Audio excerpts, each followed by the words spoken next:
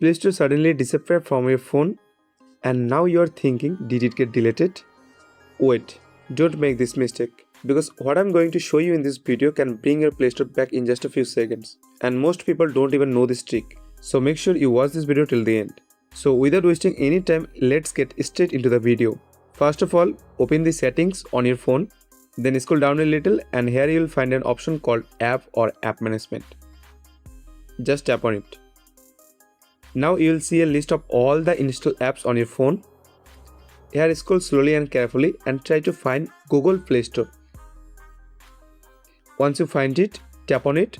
Now here you will notice an option called Enable. Just tap on Enable, that's it. Now go back to your app menu and you will see that your Play Store is back again. So what actually happened?